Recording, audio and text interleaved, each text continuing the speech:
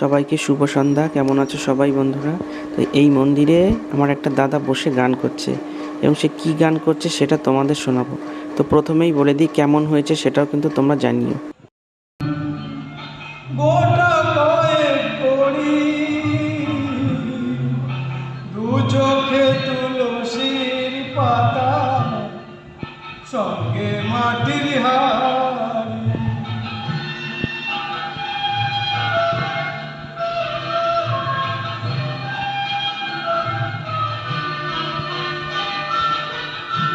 সঙ্গে দেবে এক মুঠো গোটা কয়েক করি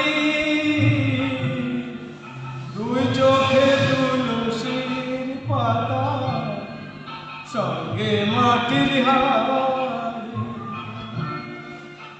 পরনে দামি কাপড় যেদিন শ্মশান ঘাটে